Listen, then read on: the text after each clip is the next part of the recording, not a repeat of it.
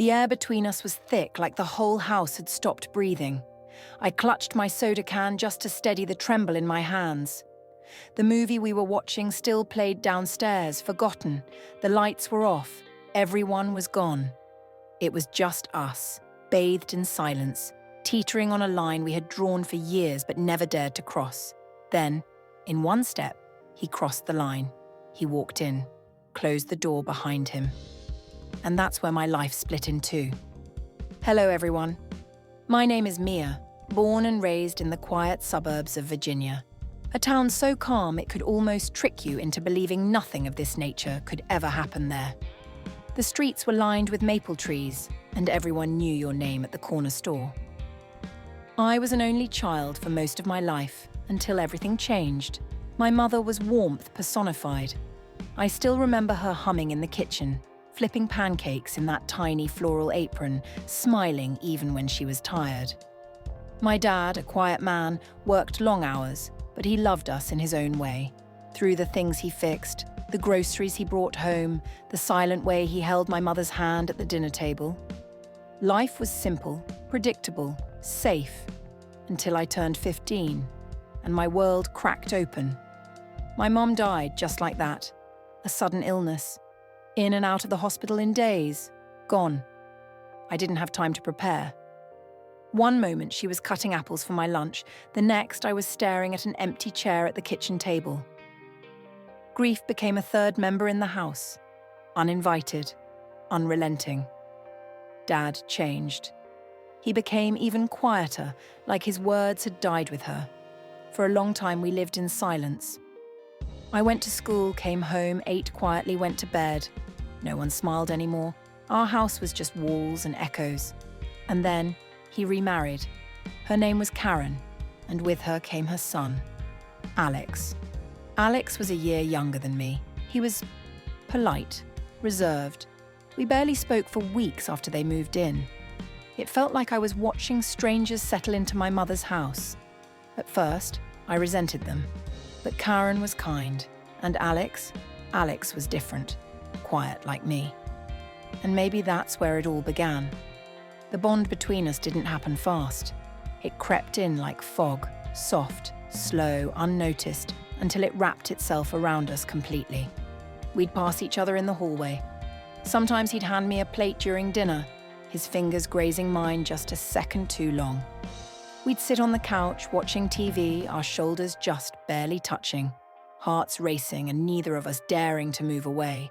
Were we imagining it, or was something really there? I'd find myself watching him when he wasn't looking, wondering if he was doing the same. And then came that night. Our parents were going on a 5-day trip, a little vacation, just the two of them. For the first time, the house was ours. The first night was innocent. We ordered takeout, watched some romantic comedy on Netflix neither of us paid attention to. I had snacks, dried squid, fruit, a couple sodas. We laughed, but it was nervous laughter covering something else building between us. Then came that scene in the movie. The lead characters, strangers moments ago, suddenly locked in a passionate kiss, hands grabbing, lips crashing. I felt the shift instantly. Alex went silent, so did I, and then he looked at me. I wish I could say I didn't know what was about to happen, but I did. I felt it in every part of me. He stood up, walked around the couch, and stopped in front of me. I didn't say a word. I didn't move, just watched him, heart pounding. When he reached out, his hand brushed the side of my face so gently, like he was touching something fragile. I didn't pull away. We didn't speak. There were no declarations, no confessions, just heat, want. A storm we'd both been holding back for too long. The first kiss was tentative, testing. The second was desperate. By the third, we weren't thinking anymore. That night changed everything. We woke up tangled in sheets that had once been a place of sleep, now stained with guilt and longing. I stared at the ceiling, the morning light spilling across the room, Alex's arms still wrapped around me. We didn't talk about it, but we also didn't stop. For the next 4 days, we lived like we were something we weren't. We cooked breakfast together. He made coffee. I wore his hoodie. We cuddled during movies, held hands under blankets, kissed in hallways. We slept in the same bed. It was domestic, comfortable, dangerously beautiful. And yet, every morning, I woke up with a knot in my stomach. I knew it couldn't last. I knew it was wrong, but I couldn't walk away. The day our parents returned, we cleaned the house like we were hiding evidence. And just like that, we were step-siblings again. Sitting at dinner, passing the salt, smiling when spoken to, pretending. But nothing was the same.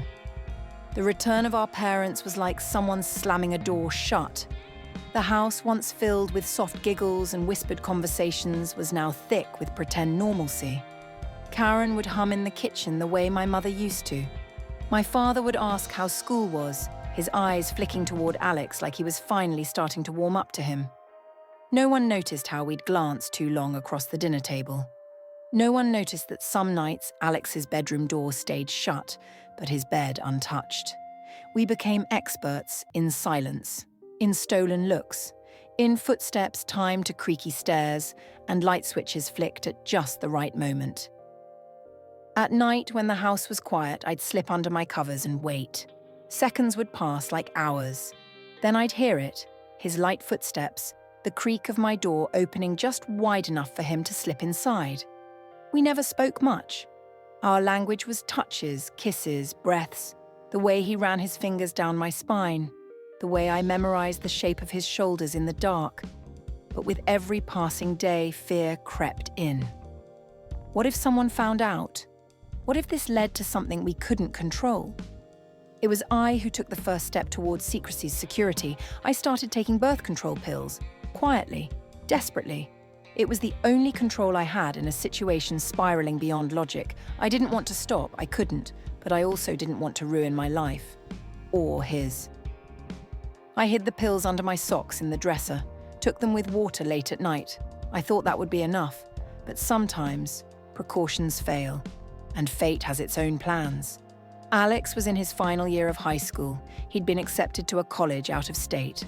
A few hours away. Not too far, but far enough. The day he got the acceptance letter, he showed it to me first. His eyes sparkled with pride. Mine filled with tears I didn't let him see. "You'll visit me, right?" he asked. "Of course," I lied, because something in my chest already knew this was the beginning of goodbye.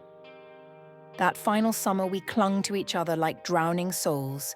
Every moment was urgent, every kiss a silent scream.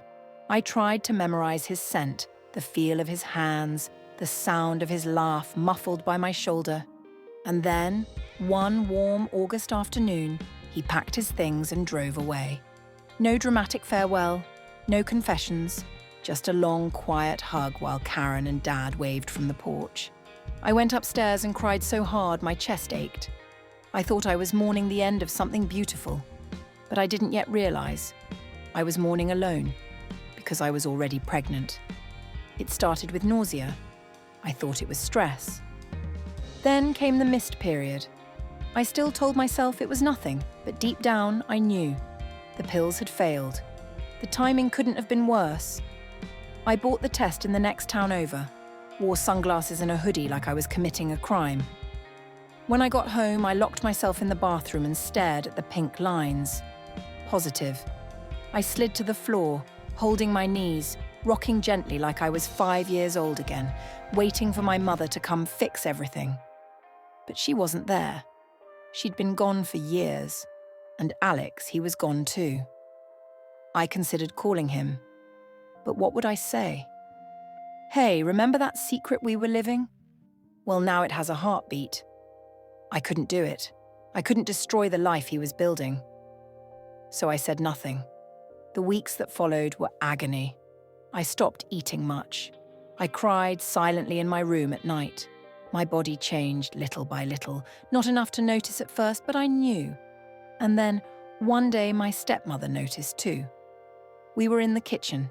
I was making toast. She turned and looked at me longer than usual. Her eyes dropped to my stomach, then back to my face. "Mia, are you feeling okay? You've lost weight, but..."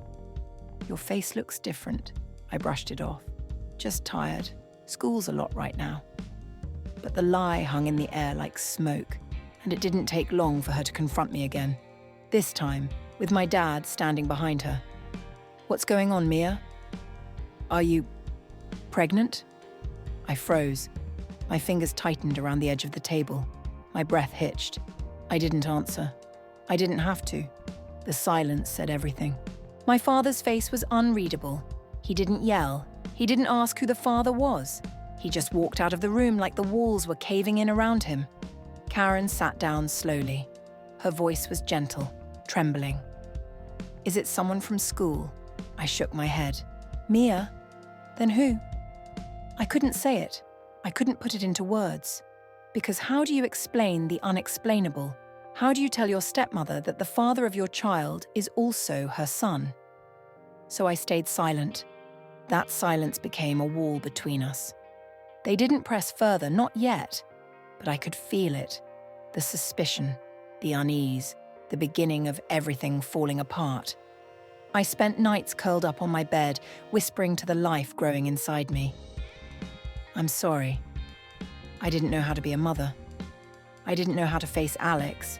I didn't know how to tell the truth without destroying everything. But the truth was no longer a secret I could hide. It was growing inside me, and soon, very soon, there would be no denying it. I didn't plan to confess. I didn't rehearse it, write it down, or even intend to speak.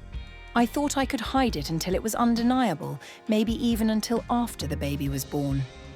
But secrets have a way of rotting from the inside out. And that night, everything came spilling out. It started with a text from Alex.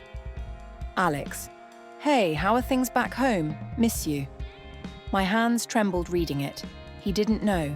He had no idea that while he was settling into college dorm life, partying with strangers, and posting smiling pictures on Instagram, I was falling apart. I typed and deleted at least 20 different replies. Then, I did something I hadn't done since he left. I called him. He picked up on the second ring. Mia. His voice was warm, surprised. Hey, everything okay? Silence. I sat on the bathroom floor with my knees pulled up to my chest. No, I whispered. Alex, I'm pregnant. There was silence on his end too. A long, breathless pause. What? Yes. You're sure? I took 4 tests. And I'm late. I'm really sure. Another pause.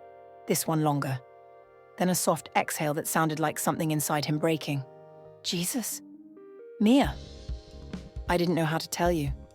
You left, and I just froze. He didn't yell. He didn't hang up. But his silence felt louder than any outburst could have. When? He finally asked. 8 weeks. You didn't tell anyone? I haven't said who the father is, I replied. But they know I'm pregnant. Karen and my dad. They're already acting different, suspicious. I'm coming home, he said. He showed up 2 days later, unannounced. No explanation to Karen or my father. Just walked through the door like he still lived there. But everything had changed. He saw it the moment he looked at me. My face was pale, tired. My hands shook when he reached for them. We didn't even speak at first. We just sat in my room side by side on the edge of my bed, not touching, just breathing.